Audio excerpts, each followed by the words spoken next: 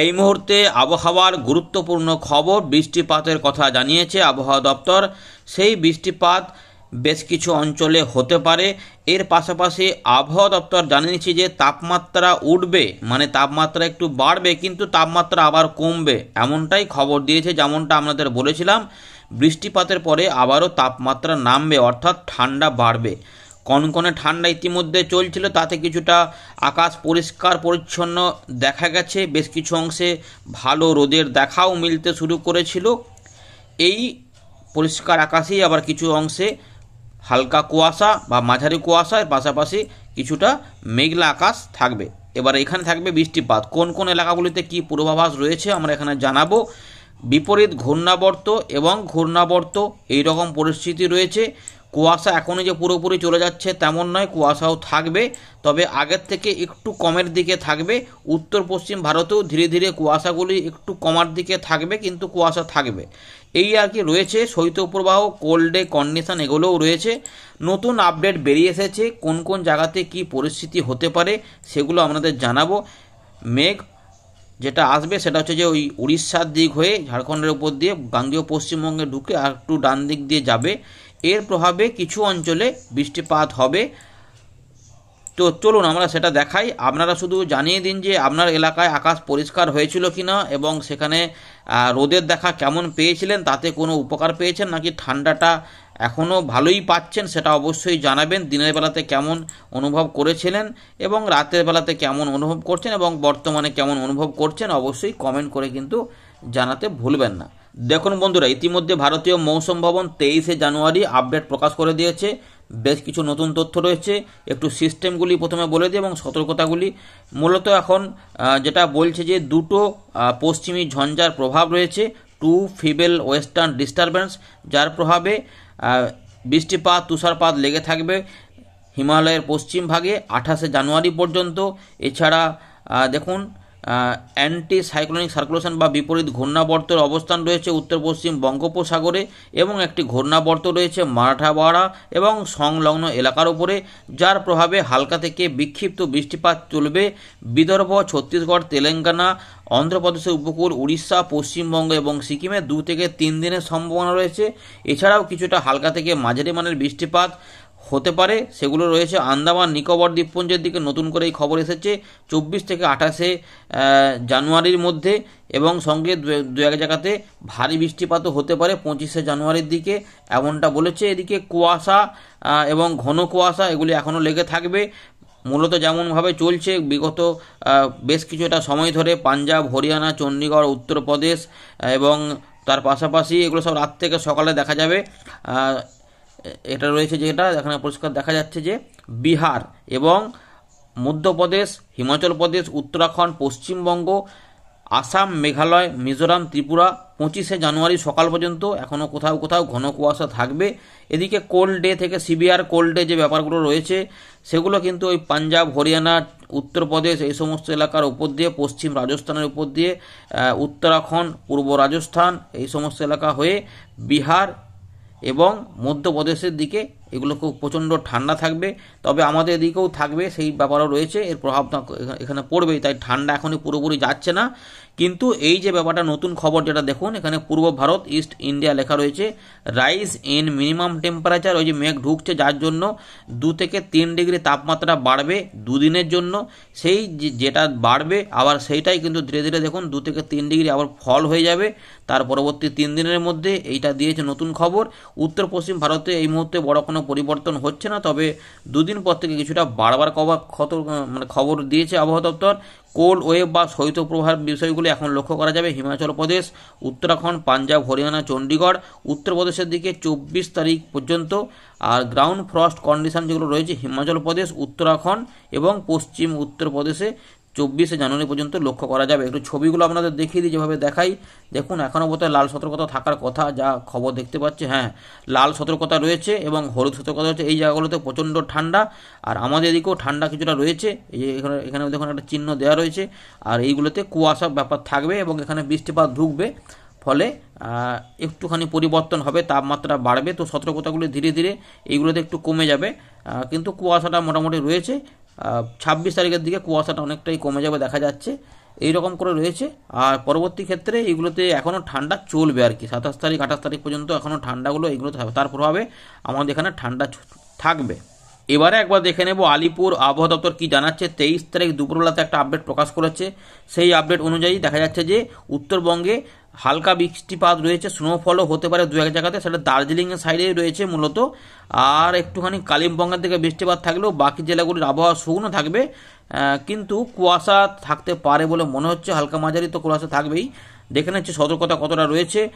বাকি অংশে বৃষ্টিপাত বলেনি, সিকিমের দিকে বৃষ্টিপাত এবং তুষারপাত থাকছে। গাঙ্গীয় পশ্চিমবঙ্গে দেখুন নতুন করে একটু পরিবর্তন হয়েছে, শুকনো আবহাওয়া থাকবে, কিন্তু তার আগে যে বৃষ্টিপাতের খবর প্রথম দিকে যেটা হবে, পশ্চিম পূর্ব মেদিনীপুর, ঝাড়গ্রাম, পূর্ব পশ্চিম বর্ধমান, বাঁকুড়া ডিস্ট্রিক্ট, এই জেলাগুলিতে লাইট রেন মানে হালকা বৃষ্টিপাত, দুই একটি জায়গা মানে খুবই বিক্ষিপ্তভাবে, এবং বাকি অংশে শুকনো আবহাওয়া এবং হালকা থেকে মাঝারি মানের বৃষ্টিপাত বলেছিল। কিন্তু এবার যেটা হবে, যে সময় যত গড়াবে তখন কিন্তু মেঘের যখন জমায়েত হবে তখন তাতে বৃষ্টিপাত যেটা রয়েছে হালকা থেকে মাঝারি মানেরও দু এক জায়গাতে হতে পারে। তবে যেটা মনে হচ্ছে বিক্ষিপ্তভাবেই হবে, কিছু অংশে হতে পারে পূর্ব পশ্চিম মেদিনীপুর, ঝাড়গ্রাম, দক্ষিণ 24 পরগনা, এগুলোতে মূলত চান্স থাকবে। তার সঙ্গে যেটা হতে পারে একটু হালকা বৃষ্টিপাত দু এক জায়গাতে কলকাতা, হাওড়া, হুগলি, উত্তর দক্ষিণ 24 পরগনা, পূর্ব পশ্চিম বর্ধমান, বাঁকুড়া এবং পুরুলিয়া, অর্থাৎ এই জায়গাগুলোতে মেঘ টুকটাক এদিক ওদিক যাবে, তাই দু এক জায়গাতে হালকা হালকা নেমে যেতেও পারে, কিন্তু খুব যে বড় বৃষ্টিপাত আছে সেটা কিন্তু নেই। মূলত উপকূলবর্তী এলাকাগুলোর জেলাগুলিতে একটুখানি চান্স থাকবে। আমরা আগের আপডেটটা দেখেছিলাম, দেখে নেবো এখানে কি পাওয়া যাচ্ছে, দেখতে থাকুন। এবং শুকনো আবহাওয়া বাকি অংশে থাকবে বলছে, এবং তার সঙ্গে কুয়াশাটা থাকবে, হালকা থেকে মাঝারি কুয়াশাটা কিন্তু থাকবে, হয়তো একদম সকালের দিকে কুয়াশা আবার থাকার পরে কেটেও হয়তো যেতে পারে, এরকম ব্যাপার, বা কোনো অংশে একটুখানি বেশি স্থায়ী হতে পারে। আর পরবর্তী ক্ষেত্রে ওই উপকূলবর্তী একটা বলেছে, কিন্তু এটা নাও হতে পারে, কিন্তু মূলত কুয়াশায় থাকবে, তারপরে শুকনো আবহাওয়া হবে। এই শুকনো আবহাওয়ার সময় তো আবার ঠান্ডাটা বাড়তে শুরু করবে। বিহারের দিকে শুকনো আবহাওয়া, ঝাড়খণ্ডেও শুকনো আবহাওয়ায় থাকবে মূলত, তবে এক দু এক জায়গাতে ওই উড়িষ্যা সংলগ্ন কিছু এলাকা ধরে একটু হালকা বৃষ্টিপাত হতে পারে, সেটাই বলেছে আবহাওয়া দপ্তর। আর উড়িষ্যার দিকে একটু বৃষ্টিপাত থাকার পরে এখানেও শুকনো আবহাওয়া চালু হয়েছে, সুতরাং 2 থেকে 3 দিনের যে বৃষ্টিপাত সেটা এখানে বলেছে আলিপুর আবহাওয়া দপ্তর। আন্দামান নিকোবর দ্বীপপুঞ্জে নতুন করে বৃষ্টিপাত শুরু হচ্ছে। আর তাপমাত্রা বলছে যে আলিপুরও বলছে 2 থেকে 3 ডিগ্রি বাড়বে দুদিনের মধ্যে। তার পরবর্তী 3 দিনের মধ্যে কিছু বলেন, তবে ভারতীয় মৌসুম ভবন যেটা বলেছে যে 2 থেকে 3 ডিগ্রি আবার নিচে নেমে যাবে, যেটা আমরাও বলেছিলাম সেটাই কিন্তু বলেছে ভারতীয় মৌসুম ভবন। সতর্কতা পেজে চলে এলাম, এখানে দেখা যাচ্ছে ঘন কুয়াশা উত্তরবঙ্গে রয়েছে, সিকিমের দিকে থাকছে না। গাঙ্গীয় পশ্চিমবঙ্গে কিন্তু ঘন কুয়াশা হবে, মূলত পূর্ব পশ্চিম বর্ধমান, বীরভূম, মুর্শিদাবাদ, নদিয়া ওই সংলগ্ন এলাকাতে কিছুটা ঘন কুয়াশা হতে পারে, বাকি অংশে হালকা মাঝারি। বিহারের দিকে কিন্তু সিভিয়ার কোল্ড ডে কন্ডিশন রয়েছে এবং ঘন কুয়াশাও থাকছে। এই কোল্ড ডে কন্ডিশনগুলো বিহারের দিকে কিন্তু বজায় থাকবে, সঙ্গে কুয়াশাও থাকবে। ঝাড়খণ্ড, উড়িষ্যা এদিকে কোনো সতর্কতা থাকছে না। 25 তারিখের দিকে এখানে বৃষ্টিপাত রয়েছে, আন্দামান নিকোবর দ্বীপপুঞ্জে ভারী বৃষ্টিপাত, মৎস্যজীবীদের কোনো সতর্কতা নেই। তো বন্ধুরা, আমরা চলে এলাম উইন্ডির লাইভ স্ক্রিনে। ইতিমধ্যে আমরা যেটা দেখতে পাচ্ছি যে মেঘ কিন্তু এইভাবেই যাওয়ার কথা সেভাবেই যাবে, এবং 23 থেকে 24-এর মধ্যে কিছুটা বৃষ্টিপাত যেভাবে হওয়ার কথা দেখুন পরিষ্কার দেখতে পাচ্ছি, এই অংশ ধরে সবুজ কালার রয়েছে, সুতরাং উপকূলবর্তী জেলাতেই বৃষ্টিপাতের সম্ভাবনা তুলনামূলক বেশি। বাকি অংশে মেঘলা মেঘলা ভাবই বেশি থাকবে, তবে হালকা বিক্ষিপ্ত বৃষ্টিপাত হতে পারে এই যখন যাবে এটা এগোবে। ফলে এই যে সময়টা রয়েছে এই সময়কালের মধ্যে দেখা যাচ্ছে আরও কিছুটা মেঘ আমরা দেখতে পাচ্ছি নতুন আপডেটে। এই উপকূলবর্তী জেলার উপর দিয়েই কিন্তু এই খুলনা, বরিশাল এই এলাকার মধ্যেও কিছুটা যাবে, এবং কিছুটা বরিশালের উপর দিয়ে দেখুন চট্টগ্রামের দিকেও যাচ্ছে। এই যে এলাকা দেখতে পাচ্ছেন মূলত এইখানগুলোতেই বৃষ্টিপাতের সম্ভাবনা তুলনামূলক বেশি, বা এখানে কিছু অংশে হালকা মাঝারি হতেও পারে। কিন্তু এই যে এলাকাগুলো রয়েছে এখানে আমরা মেঘও দেখতে পাচ্ছি কিছু কিছু অংশে, এগুলোতে বিক্ষিপ্ত বৃষ্টিপাতের সম্ভাবনা এরকমভাবে রয়েছে। ত্রিপুরার দিকেও রয়েছে 24 তারিখ থেকে 25 তারিখের মধ্যে দিয়ে এটা কেটে যাবে, এই আর কি ব্যাপার। এবং কুয়াশা হবে, হালকা মাঝারি বিক্ষিপ্তভাবে কুয়াশা হবে, আবার বেলার পর থেকে হয়তো ধীরে ধীরে কাটতে শুরু করবে। এই সময়কাল পর্যন্ত তাপমাত্রা একটু উঠবে, দেখুন এই যে 12 ডিগ্রি দেখাচ্ছে, যেগুলো আমরা 6, 7, 8-এ চলে গেছিলাম, তো সেগুলো কিন্তু আস্তে আস্তে 13 থেকে 14, 15-এর মধ্যে উঠে যাবে। এইটাই আবার শুক্রবার 26 তারিখ থেকে দেখুন ধীরে ধীরে আবার নেমে যাচ্ছে 9 থেকে 13-এর মধ্যে। সুতরাং এই দুটো দিনের মতো একটু মেঘলা আকাশ হবে, তাই জলীয় বাষ্প ঢুকবে, তাই তাপমাত্রা উঠবে, কিন্তু এটা আবার কেটে যাবে। তারপরেই আমরা দেখব যে আবার শীতল আবার হাওয়া পাওয়া যাচ্ছে এবং বা ঠান্ডা বাড়ছে, এরকম হতে পারে। এই 29 তারিখ পর্যন্ত বা ঠান্ডা থাকবে। 29 তারিখের পর থেকে ধীরে ধীরে তাপমাত্রা একটু করে ওঠার চেষ্টা করবে। প্রথম কথা হচ্ছে একটা পশ্চিমী ঝঞ্ঝা এই সময়ের মধ্যে আবার ঢুকবে, যেগুলো বড় আকারে ঢোকার চান্স রয়েছে। সেই পশ্চিমী ঝঞ্ঝার ফলে এখানে কিছুটা বাধাপ্রাপ্ত হবে, যার ফলে আবার একটুখানি মেঘলা তৈরি হবে। যেটা দেখা যাচ্ছে 31 থেকে 1 তারিখের দিকে যখন বড় আকারে পশ্চিমী ঝঞ্ঝা হচ্ছে এবং এখান থেকে জলীয় বাষ্প আবার টানছে আরব সাগর থেকে, সুতরাং এটা কিন্তু বৃষ্টিপাত এখানে ঘটাতেই পারে। এবং এখানেও দেখুন মেঘ সৃষ্টি করছে এইভাবে কিছু কিছু অংশে। তো বড় একটা ঝঞ্ঝা কিন্তু হিমালয়ের পশ্চিম ভাগে দেবে, যার ফলে ভালো রকমের বৃষ্টিপাত এবং তুষারপাত মনে হচ্ছে নামাবে। সেটা হচ্ছে উত্তর পশ্চিম ভারত। দেখুন বৃষ্টিপাতটা দেখুন, এই দেখুন প্রচুর পরিমাণে বৃষ্টিপাত তুষারপাত রয়েছে এবং এখানে কিন্তু পাঞ্জাব, হরিয়ানা, দিল্লির দিকে পরিস্থিতি জটিল হতে পারে।